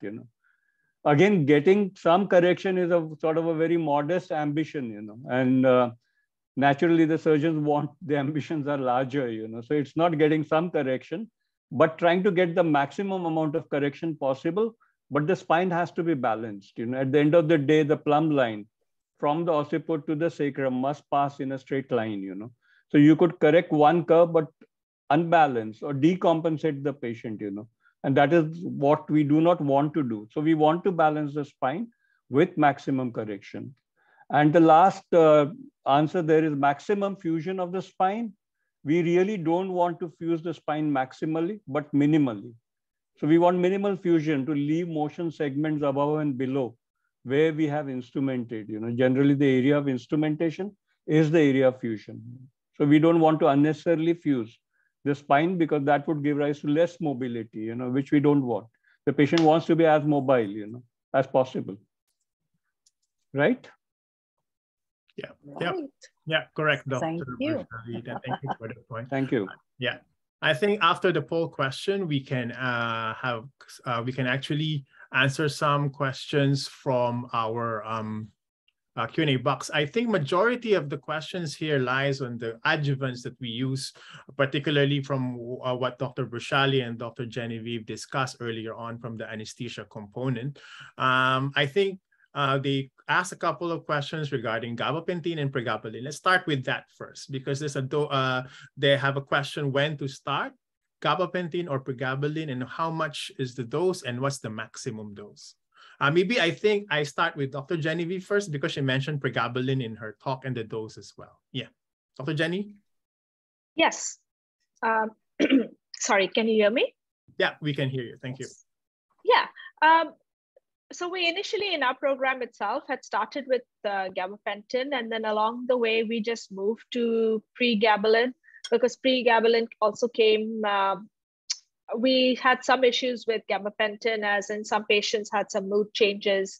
Usually that happens typically with teenagers, which is this age group that get operated with mood psychiatric issues, and we were seeing more and more in our population there. So we decided to make the switch to pregabalin. But for a longest time, we were using gabapentin. And then when we do use gabapentin, we start with 5 milligram per kilo as the starting dose. And that's what we give in the pre-op area as a single dose. And then we, the next day, we give it as 5 milligram per kilo divided as each dose 3 times a day. And then we continue that for 3 to 5 days, and we stop it at discharge. You can go up to a max of 50 milligrams per kilo, and that's my chronic pain dosing that I'm quoting here. But we typically don't go that high. We go somewhere between 5 to 10 milligrams per kilo. So if your patient wakes up the next day and is reporting some tingling in that leg, and you just want to capture that, and you've already had the patient on gabapentin, you may increase your dosing. But typically we just go on that 5 milligram per kilo dosing that we had them. So they get a 300 milligram PO tablet in pre-op. The next day they get a 300 TID, and they continue on that for 3 to 5 days, and we stop it at discharge. So do you actually start it the day before when they get admitted? Oh, they in were our in our institution, they do not get admitted the day before. They come into the hospital in the morning. Okay. If they got admitted the day before, you could start it the day before. I see. The same dose as well to start with. Yeah. Yeah. How about Dr. Brushali on your side? Because in your discussion, you mentioned about, you didn't mention about gabapentin, but instead you mentioned about giving ketamine instead. So for your side, which do you actually prefer to use? You use ketamine or use gabapentin? I think you're muted, Dr. Brushali. Can unmute yourself, yeah. Yes, I was making sure that I speak exactly when I'm asked. Well, yes, that's an interesting take on it. GABA on one side and ketamine on another. Actually, they may not be thought like that at all. They can be synchronized very well. In a couple of our patients, we have given gabapentin just exactly the same dose that Jenny Baby has mentioned. However, we're good fans of ketamine. We use a very low dose ketamine right at the beginning when we take an intravenous access. So the dose of ketamine is as low as 0.5 to 1 milligram per kilogram. And this is how, actually it's one of our pre-medications just after midazolam or ketamine goes in. But it's not always that we keep our patients on gabapentin. Yeah. I see. Do you carry on giving your ketamine post-op or you just give it as intra-op medication? No, we do not. We do keep ketamine as one of our strong rescues in case our pain scores tell us that the pain is rather clinically very, very significant. Otherwise, we do keep ketamine, as one of the rescues. But intraoperatively, we do use ketamine just prior to extubation, a touch of it, and after intubation, a touch of it. I see. Or even as a pre-medicant, as I just said, yeah. Okay, from gabapentin, ketamine, let's move on to erector spinae block and epidural. I think there's a lot of question regarding the catheter insertion. How long do you keep it and how you actually give it? So I think I start first with Dr. Brushali with the epidural. So if you're actually going to insert the epidural, how long do you usually keep it and how do you secure it properly in order? Because I think that's the main issue here because I think it's close to the surgical side. Yeah. That's actually a very practical question, Teddy. I mean, I can understand why you have asked this. We encourage our surgeons to put an epidural and they do it well. However, yes, to secure it is an issue because there could be a back leak due to the capillary action in the first place, due to the catheter, which is paving its way from the skin onwards, and there could be some issue with infection. So we don't keep a catheter as such, but we give a good bolus of, say, ropivacaine or bupivacaine in a very low concentration along with clonidine in it. Whenever we have done that, this is what we have done, and we haven't kept an indwelling catheter as such. However, yes, this can be done, and I'm sure we've done a couple of years before, but I'm not too sure. These days, we don't do that. We get away with a single shot one. Now, the issue with epidural is if the incision is a long one and on the, maybe in the thoracic level, if there are some ribs that are adjusted or costectomy has been done. And then we do have the insertion right till the lumbar levels as well. Just putting epidural from one point and threading it in one direction is not going to suffice. So it should be made very clear to the surgical team that they need to thread the catheter towards the capillae end, inject the local anesthetic, which is loaded by us and given them, and then remove the epidural catheter and reinsert by either changing the direction of the needle. So most of the times they do it right after my minor laminectomy there. So they don't need a needle as well, but they can guide it caudally as well as capillary, flood the area with local and with an adjuvant and get out. Then what's the concentration for epidural for bupivacaine? Yeah. We make it sure that it doesn't cause any motor blockade. So we keep it as at 0.125% bupivacaine or 0.1% ropivacaine with around 1 to 2 micrograms of clonidine, micrograms per kilogram of clonidine. I see. Then you keep the catheter for 2 days, 3 days, or even longer than that? What's your maximum days that you keep it? No, well, we haven't kept epidural catheters in the post-operative period as well. We have just given the single shot. The entire logic or rationale behind it is as follows.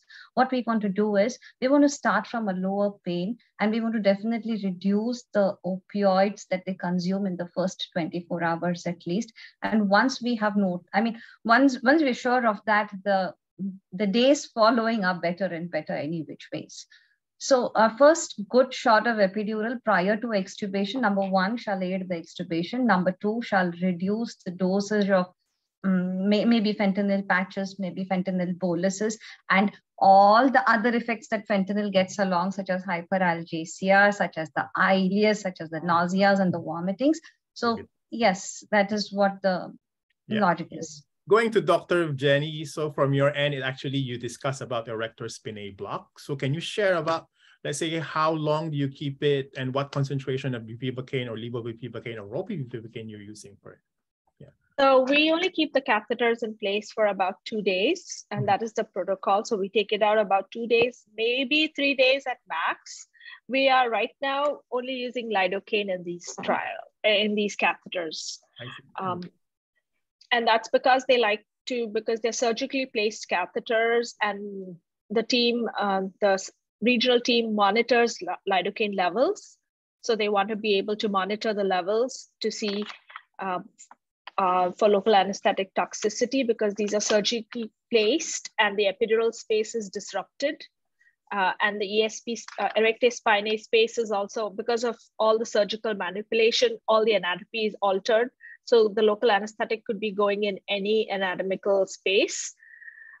So for that reason, they do monitor the local anesthetic levels in the bloodstream every 8 hours for patient safety. And so the choice has been made for now, for the next couple of years, they're going to test and see and just follow and see if we do have any untoward adverse effects before we move to other longer acting local anesthetics. So we are only using lidocaine. We start out intraop using it was in my lecture, it is 0.25% lidocaine at 0.75 milligrams per kilo per side at a max of 20 ml per side. Sorry, it was 1.5 milligram per kilo per catheter. And on post-op day 2, post-op day 0, we drop it to 0.75 milligram per kilo. And it comes out to 0.25% lidocaine. So it's about the same volume. Yeah, outcome also is quite significant in terms of lessening the pain. Yeah. Thank you very much. And so, and in case there is any concerns for leakage, if something happens, if the catheter is disconnected, you can just pull the catheter. It's easier when it's lidocaine versus ropivacaine, bupivacaine. If there's any concerns, they felt that it's easier to go with lidocaine than any of the longer acting anesthetics. I see. At this point. For that tip, Dr. Jenny. I think there's also a question for Dr. Johari in our chat Q&A box. We're in regarding robotics. Let's go now to the robotics component. Yeah, and I think one of the questions is that should be prepare in terms of correction. How is it robotics is playing along in terms of assisting the surgeons for spine surgery? Dr. Johari, what's your take on that? Yeah, so basically I'm not involved in any robotic surgery, but robotics can definitely help, in terms of precision.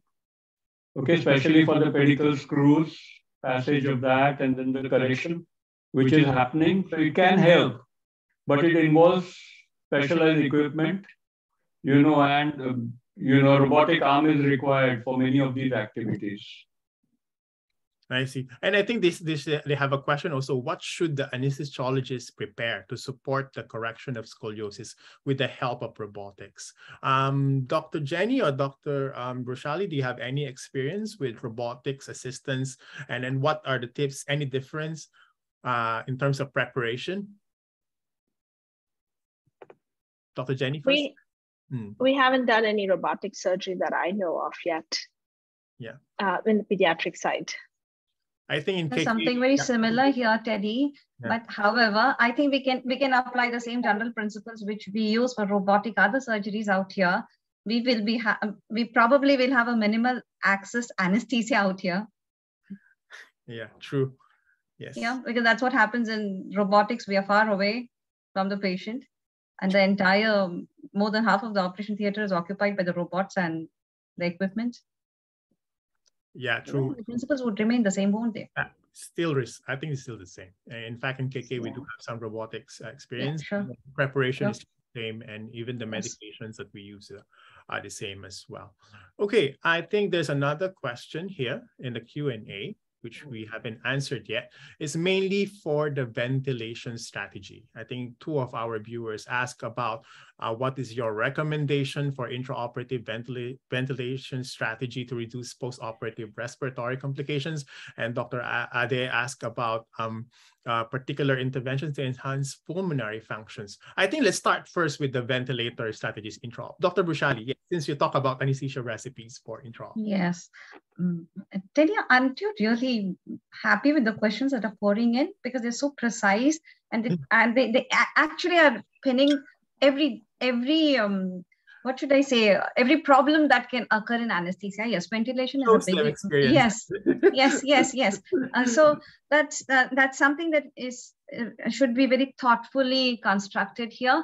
We always go for the pressure supports. We see to it that at least 4 to 5 of PEEP is kept. And well, what matters during ventilation is those practical little tips. The surgeons are going to work on the spine, and the spine is going to get compressed. The thorax is going to get compressed, and you may have increase in the airway pressures. So we will have to really coordinate with what's happening in the surgical field and the team while the pressure goes on. I mean, when the ventilation goes on. Yes, you could go to volume control as well, but then you will need very high airway pressures then. So you can use both the parameters of both the modalities rather. Just make it sure that PEEP is around so that we do not really induce a lot of atelectasis for the post-operative period. Thank you very much, Dr. Brushali, for that. I think I'll give the question regarding optimizing or enhancing pulmonary function after severe scoliosis to Cheryl. I think this is part of the physiotherapy's component in terms of intervention regarding ensuring that the patient's pulmonary function is being taken care of. Can share some of your tips on how we can actually enhance pulmonary function after severe scoliosis surgery. Yeah. Okay, so I think that really largely depends on the patient's premorbid status and what is their goal post-operatively. And it also depends on how the patient is like pre-op. So if the patient's an athlete or if the patient's just a sedentary, normal person, then we need to look at what is actually affecting the pulmonary function. Sometimes with severe scoliosis, the curvature is extremely big, right? So we have the convexities and the concavities of the spinal curvature. What we'll find muscular-wise is that the concavities are going to have muscles that are very shortened, very stiff, whereas on the convexity side of the curvature, we have muscles that are very lengthened and perhaps also weak. So because the spine is very central in our trunk region, so when we talk about expansion of the lung, if these muscles are restricted, it's definitely going to cause restriction in terms of your pulmonary function as well, because you can't expand, you can't breathe as well as if somebody doesn't have these issues present. So physiotherapy-wise, we'd definitely be looking and working with the muscles in the region to work on the stiffer muscles, the muscles that are very much shortened from the concavities of the curvature. Cardiovascular-wise, definitely we'll also prescribe them with exercise programs to guide them on how to slowly increase their capacity to do, let's say, from a brisk walk to a jog to a run, and also respecting the recovery timeline post-surgically. Yeah, so these is definitely within our expertise to advise, and it really depends patient to patient because they all present differently. Somebody might be really quick, somebody might be really slow. Yeah, but these are some strategies that we use. Yeah. Thank you very much, Cheryl. Yeah, I think we have one more question, I think, before we close the session, because we're running out of time. I think there's one question from Dr. Rebecca. What is your ventilation strategy in anterior thoracic access to the spine? Do you use a bronchial blocker? Do you need one lung ventilation? So maybe I ask first Dr. Johari, if you're doing an anterior thoracic access to the spine, do you actually normally require a one lung collapse so that you'll have a better access for surgery? No, not conventionally. We only use it for endoscopic surgery. I see. So if, let's say, endoscopic surgery, then you will require one lung ventilation. True. Yes, it's better if you have them. Yeah. Then Dr. Bruciali or Dr. Jenny or Dr. Bruciali can answer the question. Do you use bronchial blockers for one lung ventilation? Let me be very honest. No, I haven't done many of these cases, but I'm sure from all the options that we have, bronchial blockers definitely is one of them. Yeah. Okay. Dr. Jenny? I mean, something similar, what we would have done for any other surgery with one lung ventilation if the surgical team really requires that. I see. Yeah, bronchial blocker is an option, but we typically don't do it for scoliosis surgery, but it is an option and we can do it. It's available. It's very rare that we use bronchial blockers for scoliosis surgeries. I see. All right. I think, thank you very much. I think we answer all the questions in our Q&A for text and both for live discussion. Thank you very much to our speakers. Before we formally end, I have a couple of announcements for our viewers. So for those who wish to have their certificate, please wait for your for the post-webinar survey, which will be emailed to you tomorrow about 5 p.m. Singapore time. Please make sure that you key in your full name and your correct email address. If you wish to view our recording, please visit our website, like our Facebook page, and follow us on YouTube. Please join us in Istanbul, 14 to 16 of October for our ASPA 2022 conference. Please register. The QR code is over here.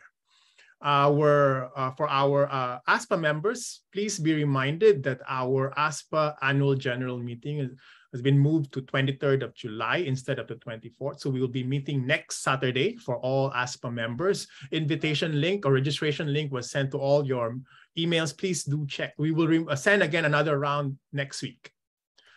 Then ASPA is a non-profit organization, and we are actually seeking your help to donate for our costs, and the QR code to donate is over here.